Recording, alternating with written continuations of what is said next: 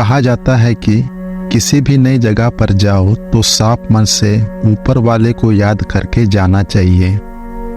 पल्लवी ने भी नई जगह नई नौकरी ज्वाइन की थी और आज उसका तीसरा दिन था। आज ऑफिस में तीसरे ही दिन काम काफी सारा था और उसने सोच लिया था कि आज पूरा काम खत्म करके जाऊंगी, इसलिए उसने डिनर बाहर से ही मंगवा लिया। खाना खाकर उसने रिसेप्शन से चाय मंगवाने के लिए फोन किया। पल्लवी ने कहा कि एक चाय दे जाना। उधर से आवाज आई, जी मैम। और उसके बाद पल्लवी अपने काम में लग गई।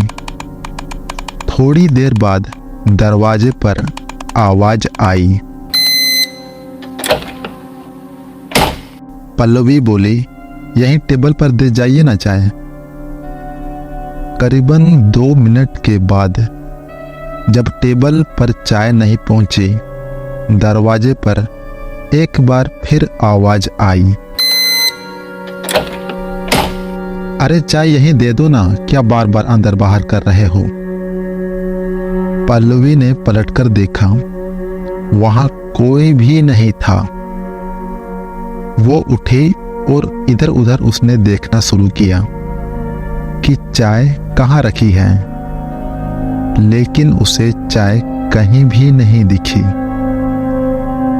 पल्लवी दूसरे केबिन में घुसी, वहां भी कोई नहीं था, लेकिन जैसे ही दूसरे केबिन में घुसी, एसी से बहुत ही ठंडी हवा आ रही थी। पल्लवी वहां से निकली और अपने डेस्क पर जा बैठी कि तभी पल्लवी से और बर्दाश्त नहीं हुआ और वो झल्लाकर बोली, अरे यार क्या लगा रखा है, कब से कह रही हूं चाय यहीं रख दो, अंदर बाहर किए जा रहे हो। पल्लवी की बात सुनकर सिक्योरिटी बोला, मैडम अगली बार आप इंटरकॉम पर फोन कर दीजिएगा, अंदर से सीधे आपकी आवाज बाहर नहीं आती।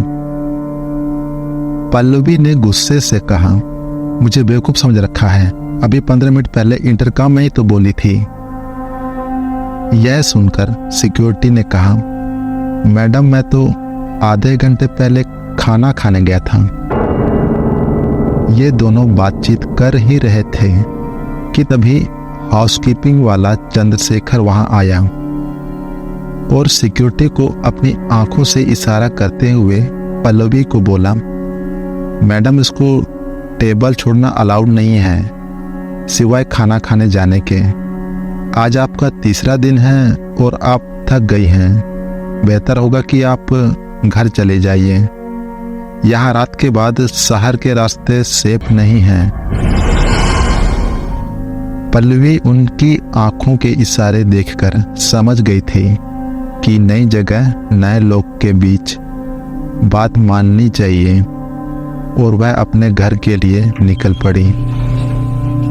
लिफ्ट जैसे ही ग्राउंड फ्लोर पर पहुंचे तो आवाज आई, 6th floor। उसने सोचा कि लिफ्ट में खराबियां तो कॉमन बात है और वो अपने घर की ओर चली गई। अगले 10-15 दिनों तक उसके साथ उस ऑफिस में और कोई भी प्रॉब्लम नहीं हुई। 15 दिन के बाद इंडिया पाकिस्तान का मैच था और ऑफिस के लोग अपने घर जा चुके थे। पल्लवी अपने फ्लोर पर बिल्कुल अकेली थी। पल्लवी अपने डेस्क पर काम कर रही थी कि एक आवाज आई। जब उसने उस आवाज का पीछा किया तो पता चला कि ये आवाज लेडीज टॉयलेट से आ रही थी। उसने लेडीज टॉयलेट का जैसे ही दरवाजा खोला, खिड़की खुली हुई थी। शायद बाहर से जो हवा आ रही थी और इस कारण दरवाजा इस तरह की आवाज कर रहा था। उसने शीशे को बंद किया और बंद करके जैसे ही कि तभी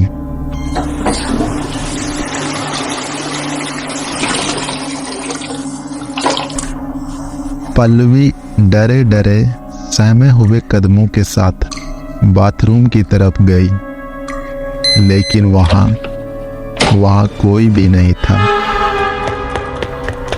पल्लवी दौड़ते हुए रिसेप्शन के पास गई और सिक्योरिटी से कहा कि एक बार अंदर जाके चेक कीजिए, वहां कोई है। सिक्योरिटी ने कहा कि मैं यहाँ टेबल छोड़ नहीं सकता मैम, चंद्रशेखर को अंदर भेजता हूँ, आप चिंता मत कीजिए।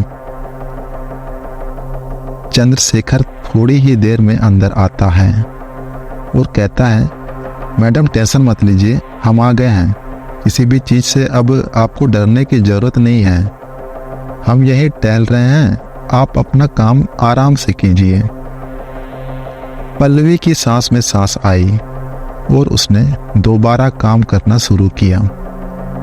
थोड़ी ही देर बाद उसे वहां किसी के फुसफुसाकर बातें करने की आवाज आई।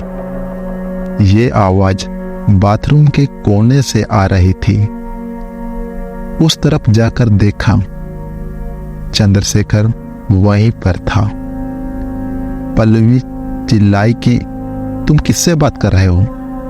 चंद्रशेखर ने कहा, किसी से भी तो नहीं मैम। पल्लवी ने कहा कि अपना मोबाइल दिखाओ। चंद्रशेखर ने कहा कि उसके पास तो मोबाइल ही नहीं है। परेशान सी पल्लवी ने जल्दी से अपना काम खत्म किया और घर के लिए निकल पड़ी। जैसे जैसे ग्राउंड फ्लोर की तरफ जा रही थी, किसी के साथ साथ सीढ़ियों से उतरने की भी आवाज आ रही थी। लेकिन जब ग्राउंड फ्लोर पर पहुंची, ना तो कोई पैरों की आवाज थी और ना ही उसे कोई दिखाई दिया। सिर्फ एक आवाज आई। 6th floor. खैर पल्लवी अपने घर पहुंची। खाना खा ही रही थी कि उसका फोन बजा। फोन उसकी माँ का था। उन्होंने बताया कि पल्लवी के पिता का इमरजेंसी ऑपरेशन होना है और उसके लिए तुरंत ही 2 लाख रुपए चाहिए। पल्लवी ने तुरंत लैपटॉप निकालकर डोंगल लगाया, लेकिन इंटरनेट कनेक्ट होने का नाम ही नहीं ले रहा था। थक हार कर उसने गाड़ी निकाली और ऑफिस की तरफ निकल गई। ऑफिस पहुंचकर उसने देखा कि रिसेप्शन पर कोई नहीं था। उसने सिक्योरिटी को आवाज लगाई तो वह भागा भागा ऊपर के फ्लोर से नीचे आया। पल्लवी बुरी तरह चीखने लगी और कहा, अगर तुम्हें जाना अलाउड नहीं है तो तुम कैसे चले गए? सिक्योरिटी घबराकर बोला, मैडम मैं तो खाना खाने गया था, आप अंदर आइए, मैं चंद्रशेखर को भेजता हूं। पल्लवी अंदर गई और अब इंटरनेट पर पैसे ट्रांसफर कर ही रही थी। अचानक एक आवाज आई। यह आवाज बाथरूम के अंदर से आ रही थी। दबे पांव के साथ पल्लवी जब बाथरूम के पास गई और अंदर खोला तो देखा वहां चंद्रशेखर खड़ा था। यह देखकर पल्लवी की सांस में सांस आई। उसने चंद्रशेखर को चाय लाने के लिए बोला और चाय लाने को कहा कि तभी प्रिंटर से आवाज आई। पल्लवी जब प्रिंटर के पास गई तो उसने देखा प्रिंटर से प्रिंट निकल रहे थे, लेकिन ब्लैंक। चंद्रशेखर के अंदर घुसते ही प्रिंटर अचानक रुक गया। चंद्रशेखर ने चाय रखी, प्रिंटर स्टार्ट हो गया। ये सारी घटना पल्लवी के आंखों के सामने हुई थी। उसने तुरंत रिसेप्शन में जाकर चंद्रशेखर से कहा कि वो उसके साथ अंदर आकर बैठे। चंद्रशेखर उस फ्लोर में आया और टहलने लगा। थोड़ी देर बाद फिर से खुसुर पुसुर की आवाज आने लगी। पल्लवी के पैसे अब ट्रांसफर हो चुके थे। वो सीधा चंद्रशेखर के पास गई और उस पर चीख पड़ी, किससे बात कर रहे हो? चंद्रशेखर ने इस बार कुछ भी नहीं कहा। सर झुका के उसने पूरी बात सुनी, सिर्फ एक ही बात कही, रात हो गई है, रास्ते यहाँ ठीक नहीं हैं, आप घर चले जाइए मैम। पल्लवी ने जब उससे बार बार पूछा तो वह सीधा नकार गया और कहने लगा कि वो किसी से बात नहीं कर रहा था।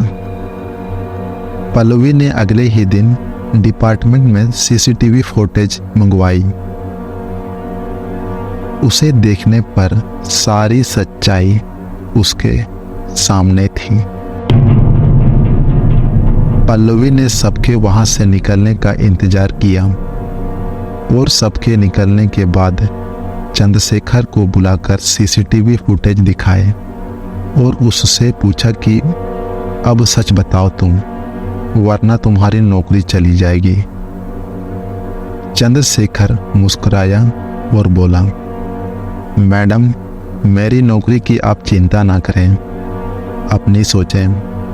मैं यहाँ 20 साल से नौकरी कर रहा हूँ और बड़े मालिक के साथ उसके भी 10 साल पहले से। नौकरी तो मेरी जाने से रही। पल्लवी शेखर की बातों को बड़े गौर से सुन रही थी, इसलिए उसने तुरंत पूछा, बड़े मालिक, लेकिन यहाँ तो एक ही चेयरमैन है। सुनकर चंद्रशेखर ने कहा, यह कंपनी 2 पार्टनर से शुरू हुई थी और दोनों कॉलेज के दोस्त थे। बिजनेस जब बहुत अच्छा चलने लगा, एक दिन मेरे मालिक और इनमें पैसों को लेकर झगड़ा हुआ। मेरे मालिक को दूसरे मालिक ने पैसों के लिए जान से मारने की धमकी दे डाली। बचपन की दोस्ती में ऐसी बात सुनकर दूसरे टेंशन में चले गए और उन्हें हार्ट अटैक आ गया और उसी जगह पर उन्होंने दम तोड़ दिया जहां पर आप बैठती हैं। इसके बाद अपने आप पल्लवी समझ गई कि ये सब क्यों हो रहा था